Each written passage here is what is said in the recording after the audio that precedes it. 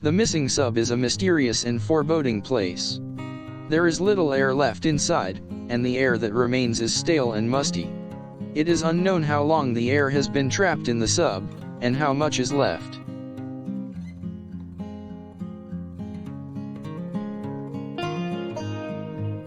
The sub is a large space, dark and empty but for a few pieces of equipment and debris. It is difficult to tell how much air is still inside without venturing inside.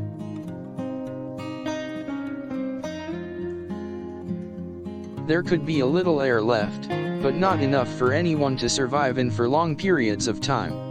It is possible the air remaining is the same air that has been there since the sub was lost, and could be bad for human lungs.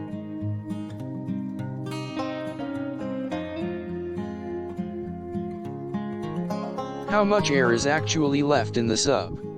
Without a reliable way to measure it, it is difficult to know for sure, but it is likely to be small in quantity.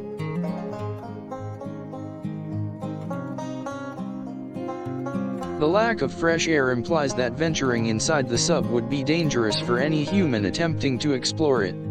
Without instruments to measure air quality, the risk would be too great to go inside.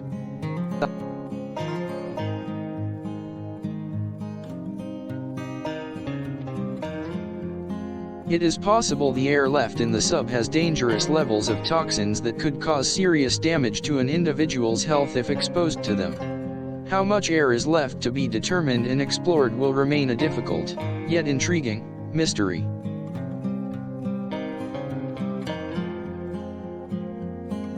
Given the sub's remote location and the fact that it is closed off from the outside, it is uncertain how much air is left inside.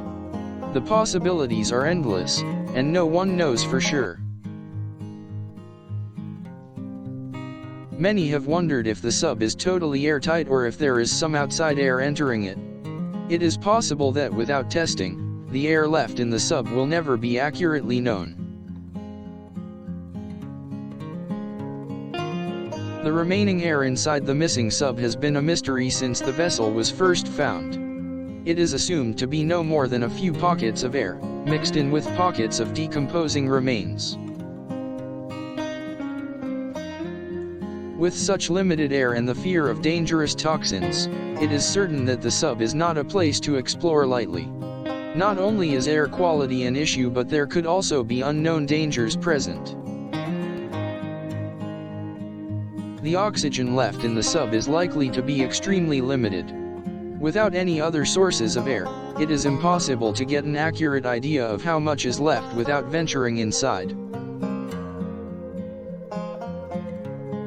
It is uncertain how much air is actually being circulated in the sub.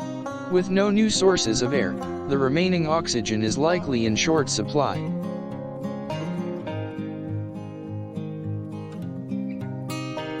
It remains a mystery if the air inside the sub is stagnant or if air is still entering and exiting the vessel. If the latter, then air could be potentially recycling, providing a breathable atmosphere inside the sub.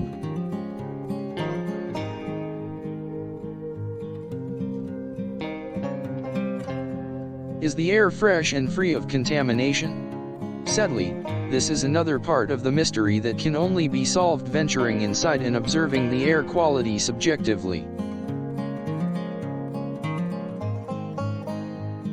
It is not known whether the air quality in the sub is safe to breathe, and no one would dare venture inside without the proper protective gear to investigate.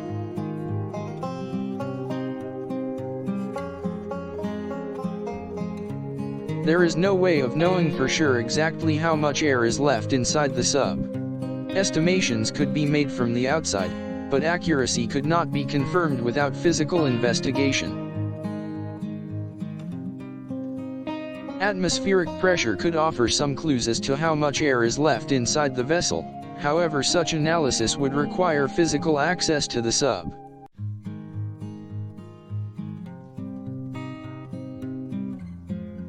It is likely that the majority, if not all, of the air left inside the sub is no longer breathable. The oxygen that is still present may be stagnant and filled with toxins, making it dangerous to breathe.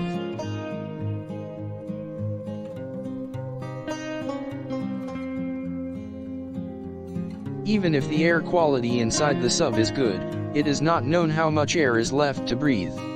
In a containment situation such as this one, air is necessary for survival, and getting an accurate reading on air supply is vital.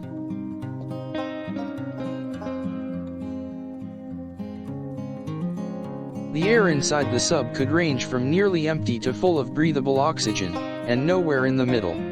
Without venturing inside, guessing on air quality is dangerous gamble. How much air is left in the sub is unknown, and only physical access to the vessel can provide accurate information. It would take brave and highly trained individuals to do so, and there is no guarantee of their personal safety.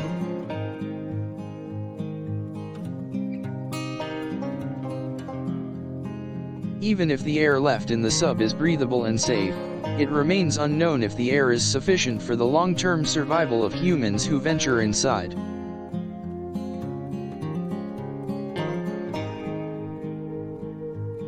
Without a good understanding of the atmosphere inside the sub, any exploration is likely to be a brief one, as the amount of air available could be much lower than what is needed.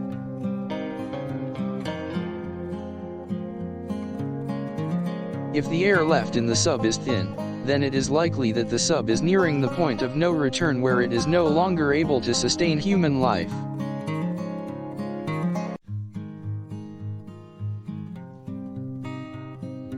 It is possible the air left inside the sub is contaminated or toxic, making it a dangerous and deadly environment.